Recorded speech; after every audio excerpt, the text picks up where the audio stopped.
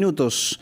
Bueno, queremos explicarles, amigos oyentes y televidentes, que el gobierno de la presidenta Dina Boluarte ha promulgado un decreto legislativo que modifica diversos artículos del Código Penal para que en la práctica se facilite que delincuentes que hayan recibido una pena de prisión menor a 10 años no vayan justamente a prisión, o en caso de que ya se encuentren en un penal, salgan de la cárcel. Se trata de un decreto legislativo, el 1585, en el que se dice que se establecen mecanismos para el deshacinamiento de los establecimientos penitenciarios, que lleva las firmas, además, hablamos de la presidenta Dina Boluarte, del jefe del gabinete de ministros, el premier Alberto Tarola, y el titular, por supuesto, de Justicia y Derechos Humanos, Eduardo Arana. Hay una modificación, además, al Código Penal, ¿no? Que es el 52B, el artículo 52B. Pero vamos a hablar justamente al detalle de lo que implica esto. Así es. Saludamos a Lucía Betty Nuñovero. Ella es directora de la Dirección de Política Criminológica del Ministerio de Justicia. ¿Cómo está, señora Nuñovero? Tenga usted muy buenas tardes y muchas gracias por atendernos. ¿Cómo está, Carlos, Joana? Muchas gracias a ustedes. Bueno, a ver, de acuerdo a esta norma, este decreto legislativo promulgado por el Poder Ejecutivo, ¿qué aspectos o requisitos se deben cumplir para que una persona que ha recibido una pena privativa de la libertad menor a 10 años no vaya a prisión? En todo caso, la que se encuentre ya en prisión salga de la cárcel y establecer pues este deshacinamiento de los penales. Claro, hay que entender bien este decreto legislativo que ha sido elaborado con bastante detenimiento en cuanto a 4 figuras, que son figuras penales, penitenciarias que existen en cualquier código de ejecución penal y código penal de cualquier país contemporáneo. Las primeras figuras son de suspensión de pena y reserva del fallo condenatorio, que existen desde siempre en nuestro código penal, cuando se trata de delitos leves y los jueces evalúan pues que la persona no tiene antecedentes, tiene una edad muy joven, no tiene un comportamiento procesal ni presenta ninguna individualización hacia que uno pueda pensar que va a cometer otro delito. Estos supuestos de penas suspensivas y reservas de fallo simplemente se están ampliando en casos de 4 a 5 años excepcionalmente, con toda la debida motivación judicial. Esa es una figura que está regulada en este nuevo decreto legislativo. La otra es la de los grilletes electrónicos, bien conocida también, y otras figuras relacionadas con la prisión preventiva. ¿Y desde cuándo se aplicaría? Es decir, una persona que está en la cárcel, pero que no ha sido sentenciada a más de 10 años o de 12 años, podría, con esta norma, podría salir de la cárcel, pero tendría una vigilancia electrónica, un grillete, ¿verdad? Solamente en los casos de delitos de mínima lesividad, delitos que no son estos delitos de lesiones graves, violaciones sexuales, homicidios, todo eso está excluido. Robo agravado, extorsión, sicariato, solamente aplica para delitos muy leves, pueden ser falsificaciones, hurtos muy simples, delitos, nosotros tenemos algunos delitos intelectuales muy menores, para eso se aplican y tienen que tener penas de menos de 10 años. En esos casos, efectivamente, nuevamente se evalúa conforme al Código Penal. Sí, dígame. Señora Nuñovero, estoy viendo que se ha dispuesto también que accedan a este beneficio aquellos que tengan una sentencia de entre 10 y 12 años de prisión efectiva.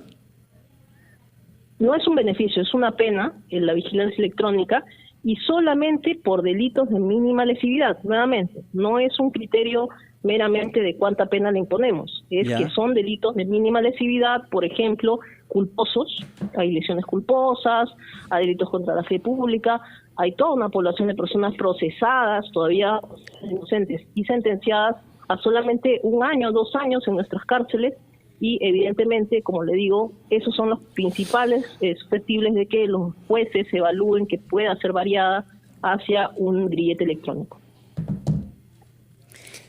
Bueno, vamos a ver, ¿continuamos o...? Sí, espérenos por favor, señora Nuñovero, tenemos que ir con los anunciantes y luego seguimos conversando con usted respecto a esta promulgación importante que ha hecho el Ejecutivo. Regresamos, amigos de RPP. Y Joana Castro los acompañan.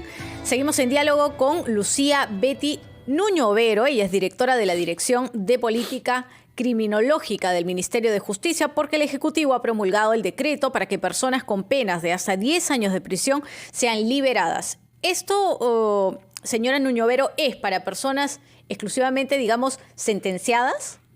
¿Se va a aplicar solo para sentenciados? No, solamente para sentenciados, para procesados también, procedimiento especial de conversión que, sin embargo, no procede en una serie de delitos graves, no proceden delitos de homicidios calificados, lesiones, violación sexual, trata de personas, robo agravado, extorsión, no procede en la mayoría de los delitos del Código Penal, solamente en delitos de mínima lesividad, procesados o sentenciados, ¿no? Delitos culposos, etcétera. O sea, por ejemplo, aquellas personas que están con prisión preventiva, todavía no tienen sentencia, ¿también podrían acceder a este cambio de régimen, por decirlo ya, no beneficio?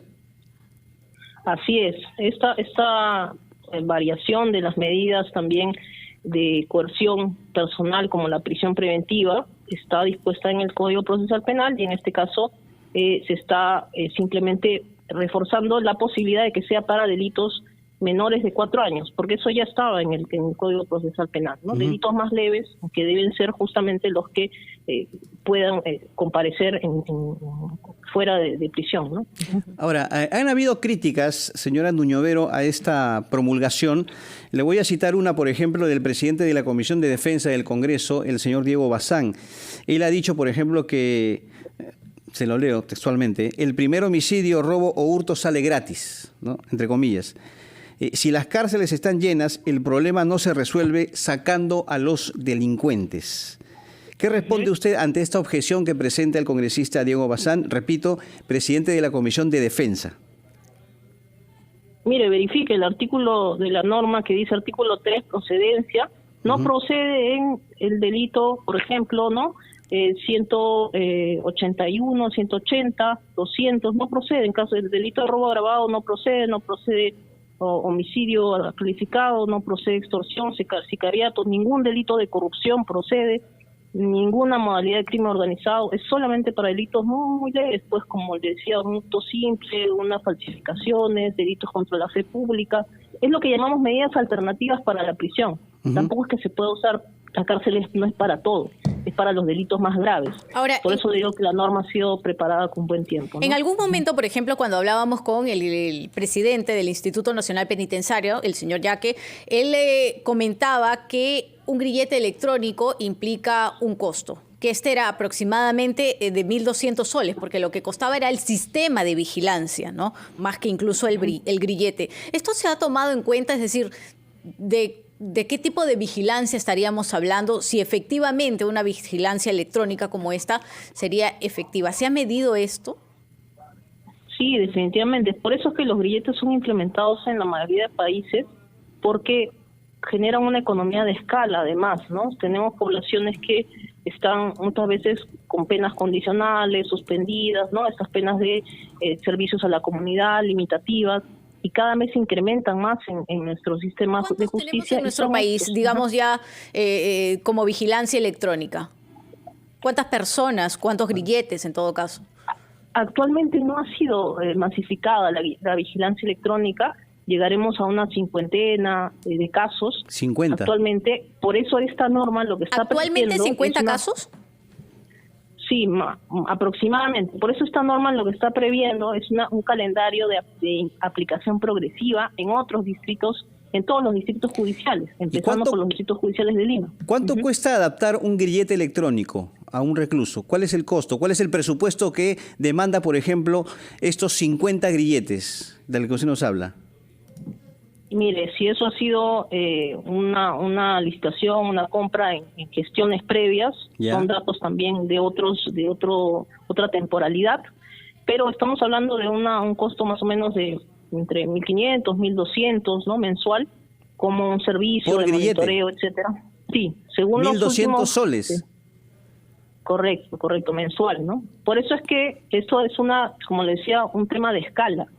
Normalmente en los países lo aplican a toda una masa de población que se está controlando con medidas delimitativas de derechos, de prestación de servicios a la comunidad. Son ellos los que, o las penas suspendidas, ¿no? Estas son las penas que justamente se aplican con grilletes electrónicos. Con esta norma, evidentemente, este empleo de los grilletes va a aumentar. ¿Existe el presupuesto necesario para cubrir esta demanda? Sí, todo eso ha sido evaluado, ¿no? Por eso Ya. se habla de una aprobación de un calendario de aplicación progresiva, empezando por los distritos judiciales de Lima, ¿no? A ver, pero sí preocupan las cifras, porque aproximadamente las personas que están privadas de la libertad son más de 91.000 personas. Entonces, la proyección de esta vigilancia electrónica de penas bajas a algunos reos, ¿llegaría a cuánto? Mire, nosotros estamos previendo que no solamente se aplique a las personas, por eso les decía, privadas de libertad, sino también procesados, que el juez impone comparecencia en domicilios, ¿no? Y no tienen mayor tampoco supervisión. A veces los mismos sistemas policiales tienen un límite. Para eso también los grilletes electrónicos son la medida alternativa a la prisión preventiva o a cualquier medida de coerción. No sé si me dejo entender. Ahora, otra crítica que hay ya para terminar, señora Nuñovero, con respecto a esta promulgación es de que prácticamente se despenaliza el delito de hurto al incorporar el artículo 5A al decreto legislativo. En este nuevo artículo se establece que las personas que hayan sido condenadas a una pena menor de 6 años por delito de hurto simple, hurto agravado, perdón, piratería de señal satelital o hurto de uso, pueden solicitar la conversión de la pena a una de vigilancia electrónica y el juez deberá obviamente atender el pedido. ¿Realmente es esto? ¿Despenaliza el delito de hurto? Es una crítica, No, le digo al decreto, ¿no? Sí, el delito de hurto agravado, robo agravado en todas sus modalidades y agravantes está tipificado en el Código Penal, eso no ha variado. Simplemente el juez siempre tiene a su disposición una gradación de medidas coercitivas mientras investiga que la persona es culpable o no, y también luego cuando sentencia. Y esas medidas se llaman alternativas, en particular cuando se trata de delitos muy leves, a los cuales normalmente, como el delito de hurto, los jueces imponen penas suspendidas o condicionales, ¿no? Típicamente. Entonces, simplemente se le está dotando de mayor efectividad con sistemas más tecnológicos como la vigilancia electrónica, ¿no es cierto? Perfecto. Y restringiendo en todos los supuestos de delitos graves, ¿no? Gracias por su tiempo en la rotativa del aire. Lucía Betty Nuñovero, directora de la Dirección de la Política Criminológica del Ministerio de Justicia.